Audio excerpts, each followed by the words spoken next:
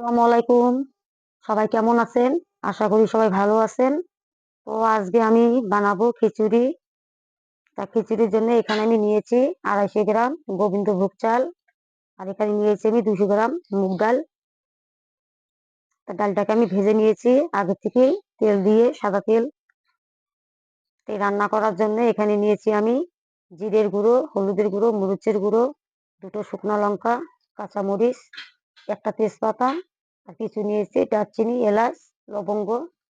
আমি এটা দিয়েই খিচুড়িটা রান্না করে নিব। আর এখন আমি যাব এই ডালগুলো গুঁড়ো করতে মিক্সার মেশিনে। আমি এই ডালটাকে গুঁড়ো করে নিব। দেখুন ডালটা আমি গুঁড়ো করে নিয়েছি। ডালটা বেশি কিন্তু গুঁড়ো করতে যাবেন না, একটু যেন ডাট ডাট থাকে। তাই এখন আমি রান্না করতে যাব। চলুন কিভাবে রান্না করে। তো আমি কড়াইটা বসিয়ে দিয়েছি, গ্যাসটাকে এখন জ্বালিয়ে দেব। ততক্ষণ আমার কড়াইটা গরম হতে থাক। তো কড়াইটা আমার গরম হয়ে গেছে। আমি এখন এর মধ্যে তেলগুলো দিয়ে দেব। এখানে আমি সাদা তেল নিয়েছি। আপনারা চাইলে সর্ষের তেল দিয়েও রান্না করতে পারবেন, কিন্তু সাদা তেলটা দিলে একটু ভালো লাগে। তো এর মধ্যে দিয়ে দেব গরম মশলাগুলো।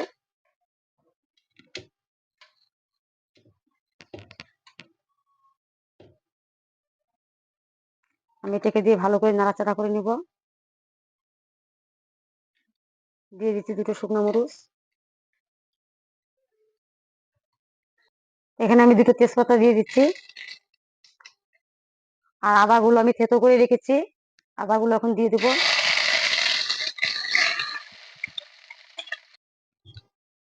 কুচিয়ে রাখা মরিচগুলো দিয়ে দিচ্ছি। আমি এটাকে দিয়ে এখন চালগুলো ঢেলে দেব।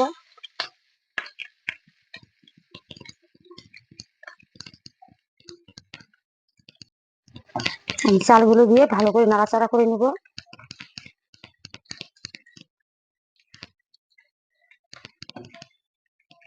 এই খিচুড়িটা কিন্তু খুব সুন্দর লাগে খেতে। আপনারা চাইলে বাড়িতে ট্রাই করতে পারেন।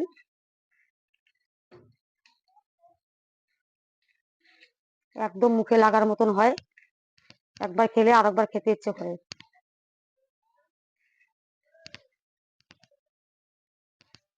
এর মধ্যে আমি এখন দিয়ে দেব মশলাগুলো।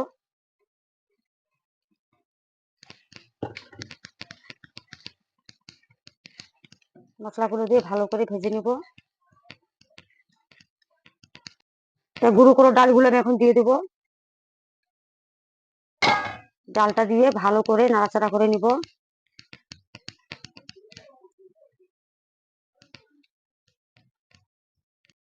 তো ডালটা দিয়ে আমার মিশানো হয়ে গেছে।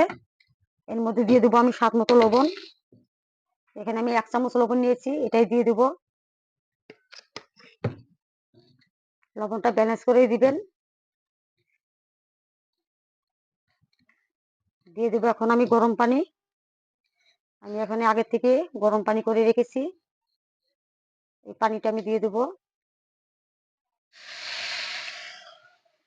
এখানে আমি 1 বাটি পানি দিলাম।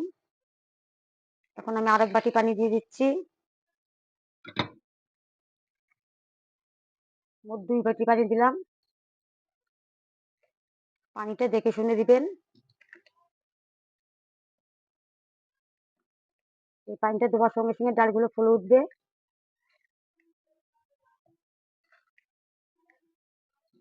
এখানে আমি আরো পানি দিয়ে দেবো 2 বাটি।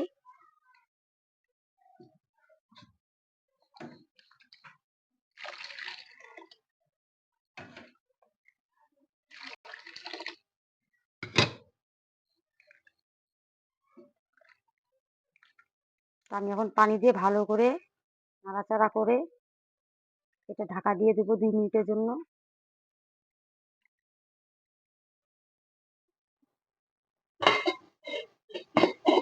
আমি 2 মিনিট করে ফিরে আসবো।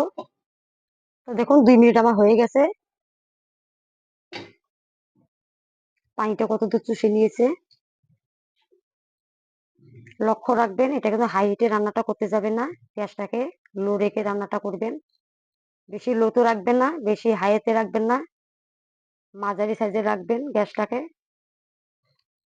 মিডিয়াম ফ্লেমে রেখে এটা রান্না করে নেবেন। না হলে নিচে লেগে যাবে গ্যাসটাকে হাই করে দিলে। এটাকে আমি আর ঢাকা দিয়ে দিব না, এইভাবে নাড়াচাড়া করে থাকবো।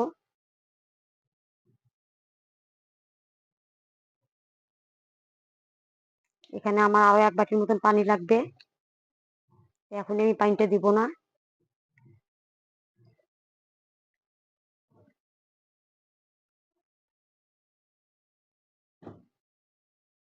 এখানে আমি আরো 1/2 চামচ লবণটা দিয়ে দিলাম, লবণটা আমার কম হয়েছে। লবণটাকে দিয়ে ভালো করে নাড়াচাড়া করে নিব।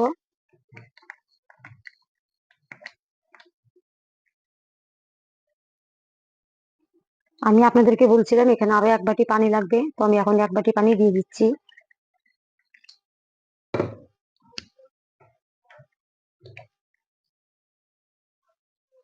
এখানে আর আমার পানির কোনো প্রয়োজন হবে না, এই পানিতে আমি রান্নাটা করে নেব।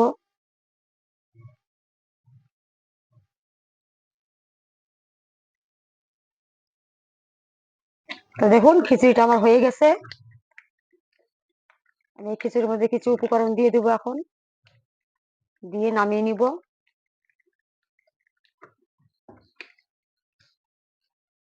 দিয়ে দিচ্ছি এখানে গরম মশলা,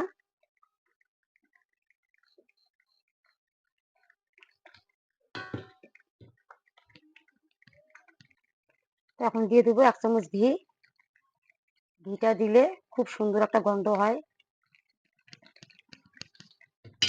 আমি এটা দিয়ে ভালো করে নাড়াচাড়া করে নিব।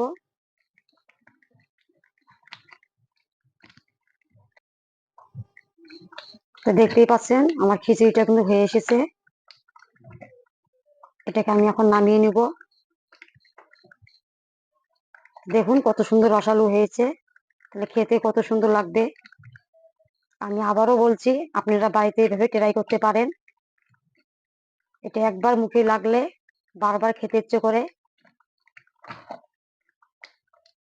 আমি এখন এটাকে নামিয়ে নিব। দেখুন খিচুড়িটা আমি নামিয়ে নিয়ে এসেছি। যদি খিচুড়িটা আপনাদের ভালো লেগে থাকে, লাইক ও কমেন্ট শেয়ার করবেন। ধন্যবাদ।